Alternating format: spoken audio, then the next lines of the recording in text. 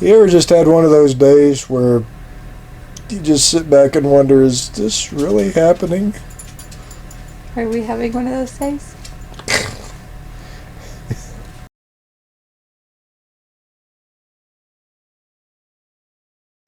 Hello everybody, welcome to 54 Nights RV. Hello. I have to look her direction to make me cue say the hello.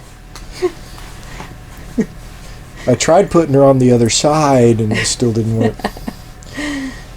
Was this the important side? They're both important sides. Okay, cool. This week we get to the day we actually got to take the coach home. It was a long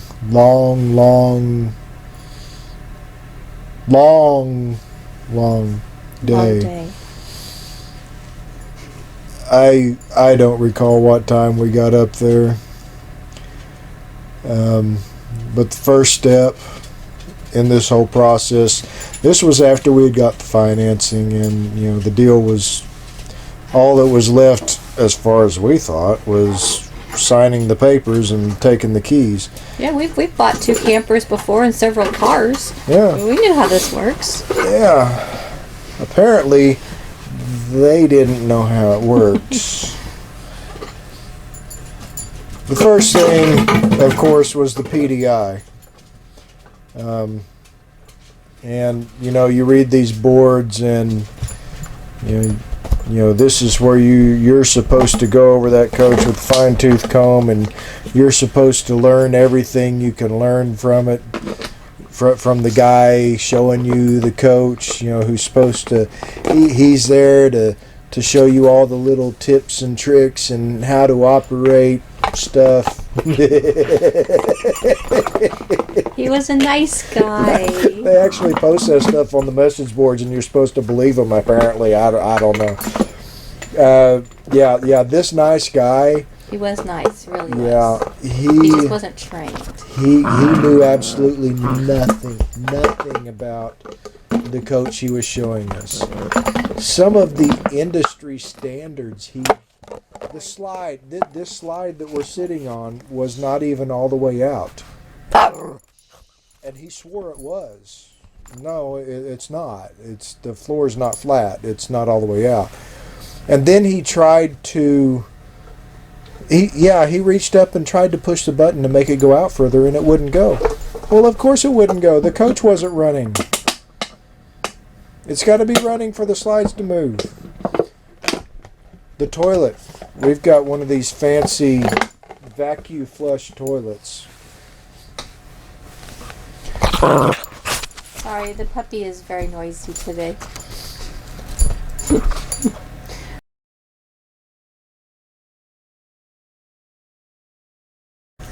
Okay, pardon the interruption. A little white furball she's a little anxious to get things done.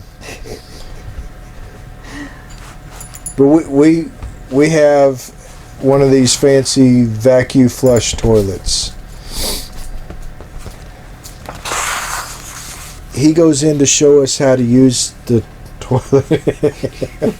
Not like that. Oh my gosh. We knew how to do that. Oh my gosh. We're old people. We know how to use it. But he tries pushing this button that's not a button, on the wall. And he tells us that's how you flush the toilet. Yeah, that's how you flush the toilet. You push this button right here. Even though it didn't work. Yeah. It's still how you flush it. Yeah, just that's wasn't, how you do it. Yeah. This one just sticks to me to this day. It was a thorough walkthrough, but it was kind of like he was trying to learn as he went. Yeah. Well, okay. This is true story. He opens up one of the bay doors underneath and says, "Oh, well, you got one of these." Don't make fun of him. He was nice. It wasn't his fault. He wasn't well trained. It wasn't. He was a nice guy. But his job was to show people the coach. I know, but he was still nice. It was very nice. Oh yeah, that was a joke. That was an hour of our life, and we've been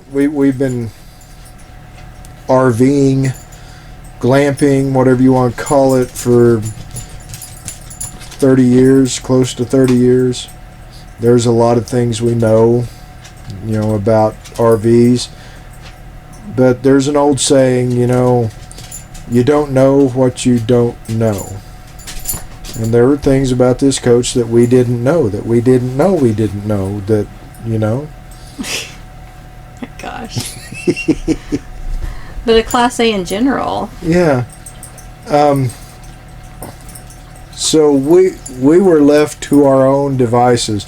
As a matter of fact, this weekend we're at Lake Murray State Park. I winterized the coach the other day because it was going to get down to like 12 degrees down here, which is a little colder than what Oklahoma typically gets in the winter. And I thought, I forgot to pull the water filter out before I winterized it. So when we hooked up, when we got to the lake here, before I turned the water on, I went around there and I was going to pull the old filter out and put the new filter in, because we had a new one in the closet that we had when we bought the coach. When I pulled the casing off, there wasn't a filter. We've had this coach for a year, and we thought that we had a spare filter. No, that was the filter that's in the closet. I don't know, something maybe the guy showing us coach could have told us. Actually, he did tell us. Yeah, he did tell us that was Here's a spare filter. He did, that's right. But that was the first hour. And we took video of him showing us around, so he knew, like, we were taking video. Yeah, we took video so that we could look back on it, and maybe, if we forgot something. Yeah, that was... that. Now we look back on it and laugh. Yeah, it's a good little sitcom. But he was nice. But he was nice. He was such a nice person. I don't know why he killed all 4 of his family members. He was so nice. Moving along.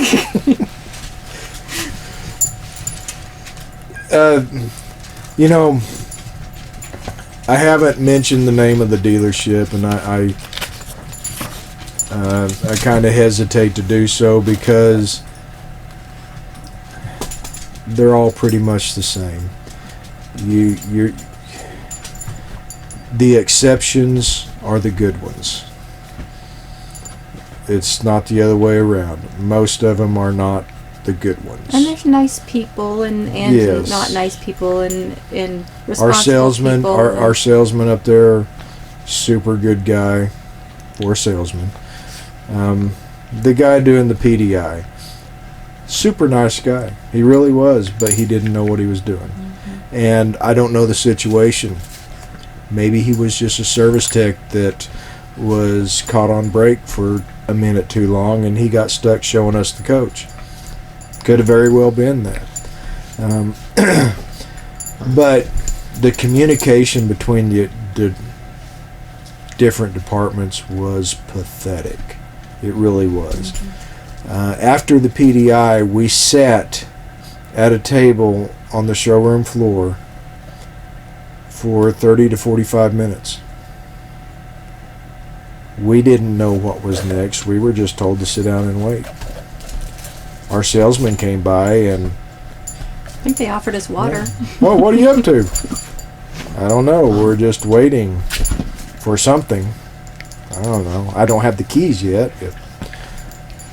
We were waiting for the finance guy to come out, and we signed a bunch of papers.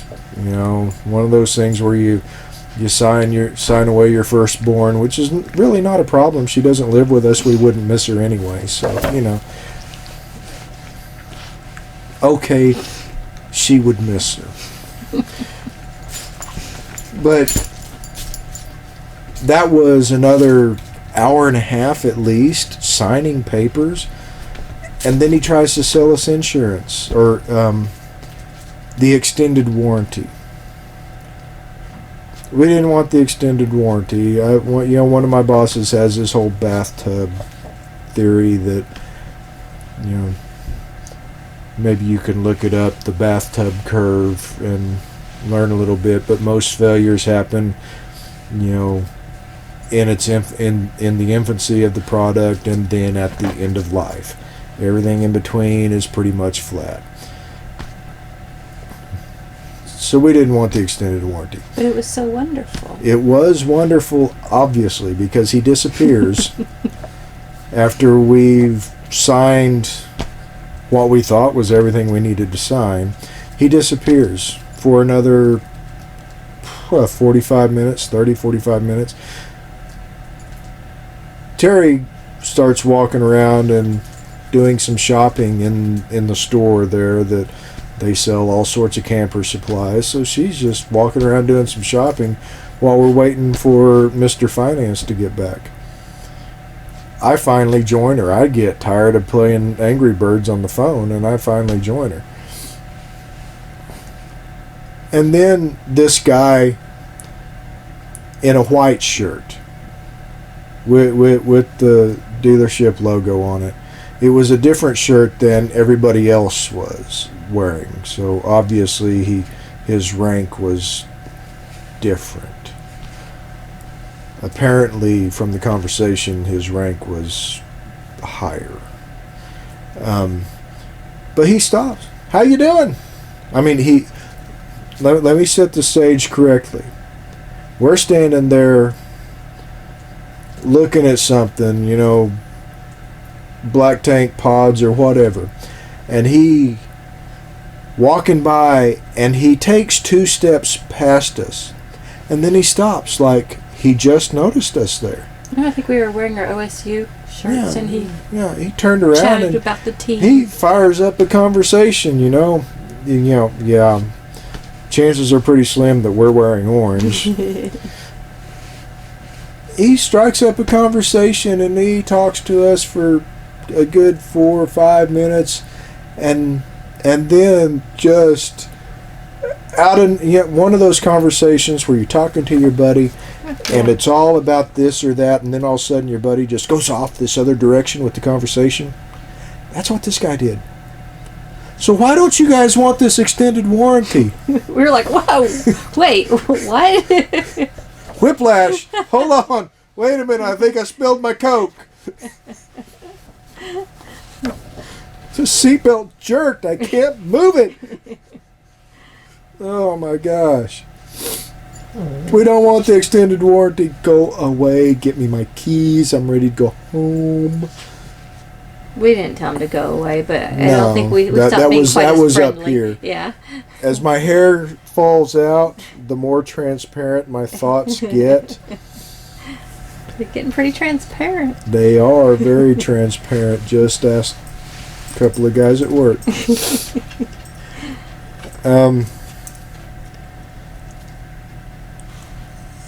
Yeah, that one just, we're just like, at that point, we're just, did we even make the right decision? All, like I mentioned, all the dealerships are like that. They make it a few extra bucks if they give you the extended warranty, or give you. The extended warranty was at around $1,000, which I don't know about you, but $1,000 for me is quite a big chunk of change. But we were there, all said and done, on the day we were supposed to pick up the RV. We were there for 6 hours. This is not dealing. This is not doing the, No dealing. Well, let me go talk to the manager and see if he'll do that price, and coming back after drinking a cup of coffee. I mean, this was after we had finished all that. Financing's all done. We're good to go. Sign here. Date here. Put your ex here. Give me a drop of blood. Where does your oldest live? Cool. We talked about that. It's not cool. We love our oldest, and you love your oldest very much too. Which one's the oldest? I can't keep track. Yeah, it was. We love them all. Is this a new rule? You gotta write this stuff down. Go on. Yeah, it was supposed to be a very easy, simple day. Drive up to the dealership, do the PDI, sign my name, take the keys, get down the road, done. Yeah, and we'd reserved a campsite for that night so that we could check it out and have plenty of time to... Yeah, that was one of the things we did, was we drove it straight to a campground after we bought it. Which I highly recommend, by the way. It is... Yeah. And make sure they close up the sewer, though, before you get to the campsite. Yeah, that was another little gift. It was a freebie, one of those bonus items that we got. I get up the next morning after, well... Where we're going to let me back up. Okay. When we did finally leave the dealership, it was 5 o'clock in the afternoon. I don't know what city you live in, but the city I live in, or near, or close by, in the vicinity, 5 o'clock is not the time to be out on the road in a 35-foot long, 13-foot tall Velveeta box that you've never driven before. That you have never driven before. Just not something you want to do. Not recommended. Yeah. I got to do it, though. And I am still here to talk about it.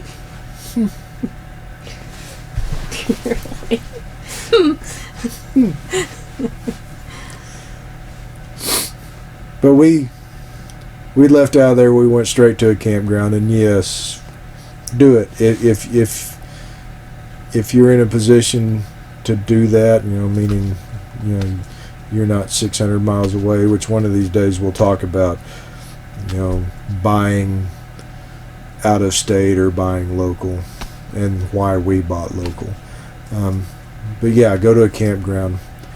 Give it a good dry run there. The campground we stayed at was actually 6.5 miles from the house. Full hookups, which was something we definitely wanted. Full hookups, and we ran it through the ringer that weekend, just checking everything out. Of course, we couldn't do the jacks because that was one thing that was on the list of things that needed to be fixed. Was we had the front left hydraulic jack, stabilizing jack. If you push the button, it shot out 2 gallons worth of hydraulic fluid all over the place. Fortunately, they did tell us that before we took it home, so we never tried that. But the little gift that they left us, the knowledgeable person that showed us around the camper and showed how everything worked. Yeah. The nice guy, really nice guy. I walked around to the back side of the RV that following morning to hook up the sewer hose, which we already had from our previous camper. I was going to hook up the sewer hose so we could drain out, what we had used the day before, testing the shower and the sink and all that stuff. And I noticed underneath the camper, it looked a little bit like it may have snowed, or little ice crystals or something under the camper. I wasn't quite sure what that was. Fairly warm March day, wasn't it? It was. It was. And I open up the wet bay door, and I go to put the sewer hose, the Stinky Slinky, hook it up, and I noticed that the cap on the drain connection was off, and the drain on our RV points straight down. And it really still didn't register. I'm slow, okay? I'm just, it takes me a minute. Sometimes 2. I'm working on it. I hook the hose up to it, and I reach up to drain the gray tank. Pull the little gray handle, which is kind of cool. One of them's gray, the other one's black. Who'd have thunk? I pull the gray handle, drain the gray tank, and that's when I noticed that the black handle is extended. That's if the cap isn't on and there's no hose, that it shouldn't be. That wasn't white crystals. That was pieces of toilet paper. Oh, the good thing. There is a good in this. Neither one of us number 2'd. Some TMI for you. That would have just, you know what? I probably would have tossed everything back in the basement, jumped in, started it off, and left. Wasn't me. Except they have us down as renting that. Yeah, see, I probably wouldn't have thought of that. Yeah. Like I said, I'm a little slow. Anywho, that was our long day and next morning. So, don't be in any hurry when you go to sign your paperwork. We've obviously, I mean, this has only happened to us once. We bought 3 campers, so I don't know if it was that location. I don't know if it was Class A and it was a lot more money. I really don't know what that was. Not sure why the communications breakdown. To me, it really felt like management, sales, finance, service. They weren't talking to each other. They were sending each other postcards.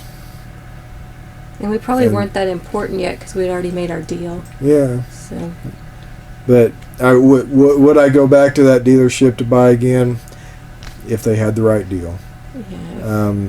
You know. It would have to be a really good deal. Yeah. It's. Would I go there looking for an RV to buy at that dealership? No. But if they had a good deal that I stumble upon online, we would do this one all over again. Yeah. I mean, because of the deal we got. Yeah, because we got a heck of a deal on this one. But yeah, no, I wouldn't. As a matter of fact, when we do start looking into buying a diesel rig, the chances are pretty good that we'll end up down in Dallas, south of Dallas actually, but the chances are pretty good we'll end up down there buying it. But that's for another time. We've already pushed this one way too long, folks, so we'll catch you next time around. Subscribe, like, share, all that happy stuff. We love telling our stories. We love showing our hikes. So, later, guys. Bye-bye.